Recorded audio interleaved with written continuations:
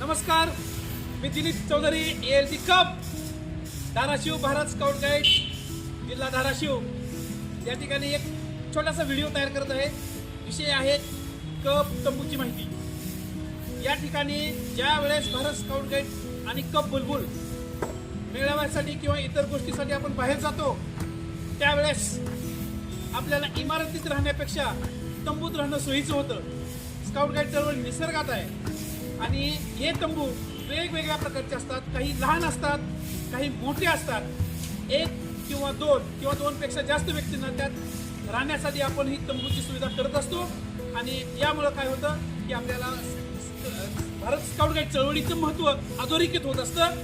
आपण या ठिकाणी कपचा जो तंबू उभा करणार आहे या तंबूसाठी लागणार जे साहित्य आहे ते साहित्य काय लागतं मी तुम्हाला दाखवणार। या ठिकाणी या खुंट्या आहेत, समोर पाठीमागं आणि दोन्ही डाव्या आणि उजव्या बाजूला आपण या खुंट्या मारून तंबू बांधतो। त्यानंतर तंबूच्या दोऱ्या, या ज्या दोऱ्या दिसते तुम्हाला या तंबूच्या दोऱ्या आहेत। त्यानंतर ही धावदोरी आहे, ही जी दोरी आहे ती लांब ओढून आपल्याला बांधता येते। त्यानंतर ह्या बाजूला आपण ज्यावेळेस तंबू उभा करून दिसणार तुम्हाला तंबूच्या भिंती आहेत आणि बाजूच्या ज्या फिती आहेत बाजूच्या पुढच्या बाजूला आणि मागच्या बाजू ती आपण ज्यावेळेस तंबू उभा करेल त्यावेळेस तुम्हाला ते लक्षात येणार आहे। त्यानंतर हा हातोडा आहे, निश्चितच तुमच्या लक्षात आले असेल। या हातोड्यांना आपण काय करणार आहोत, खुंट्या ठोकणार आहोत आणि आपला तंबू मजबूत करणार आहोत। आणि हे दुहेरी आवरण या ठिकाणी तुम्हाला दिसेल की एक बाजू आणि ही आतील बाजू, हा दुहेरी आवरण सुद्धा या ठिकाणी आपल्याला दिसणार आहे। तर अशा प्रकारचं सर्व साहित्य घेऊन एक कपसाठी उत्तम प्रकारचे तंबू आपण उभा करणार आहोत। धन्यवाद।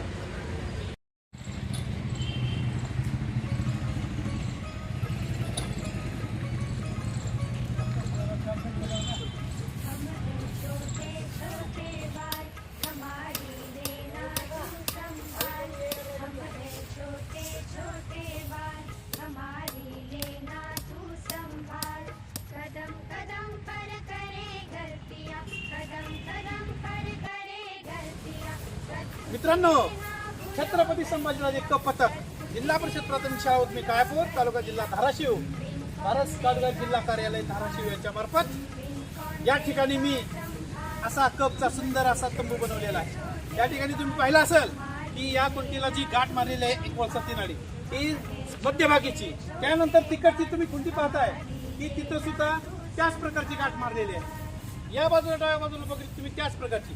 या ठिकाणी स्काउट गाईड चळवळीचे जनक आदरणीय लॉर्ड बेडर पावेल आणि आदरणीय लेडी बेडर पावेल या दोन्हींचे या ठिकाणी छायाचित्र आहेत आणि त्याचबरोबर आपलं बोधचिन्ह ठळक अक्षरात आपल्याला दिसतंय। आणि हा मी तंबू उभा केल्यानंतर कपच्या नियमाप्रमाणे आपण टोटल पोल एक बनवतो। आता या टोटम पोलमध्ये तुम्ही पाहिलं असेल की या ठिकाणी एक टोटम पोल उभा केलाय आणि त्यातून आम्ही काही कपचे संदेश देऊ इच्छितो। त्या संदेशामध्ये जर तुम्ही पाहिलं कप रोज एक चांगले काम करतो। जे आपल्या स्काउट गाईडमध्ये सत्कृती आहे त्यामध्ये माझा प्रत्येक कप दररोज एक चांगलं काम केलेलं आपल्याला तुम्हाला दिसेल। 2 नंबरचं आहे कप निसर्गाचे नियम पाळतो। निसर्गावर कोणतीही हानी न करता निसर्गाचे नियम पाळून सर्व आपले व्यवहार कप करत असतो माझा छोटा। 3 नंबरचा आम्ही संदेश देतो कप आई वडील आणि मोठ्यांची आज्ञा पाळतो। अहो, आजच्या मोबाईलच्या युगामध्ये आई वडिलांना मुलं न जुमानता काही कार्य करतात, ऐकत नाही अशा तक्रारी आहे। यावर माझं कपचं एकच उत्तर आहे, आमचा कप नेहमी आई वडिलांचं आणि वडीलधाऱ्या माणसांची आज्ञा 100% पाळतो। आणि त्यानंतर 4थं आहे कप स्वच्छ राहतो। कपडे आपले नीटनेटके आणि स्वच्छ, जे मूल्य शिक्षणातील संस्कार आहेत, जे मूल्य आहे ते मूल्य या ठिकाणी रुजलेले दिसेल।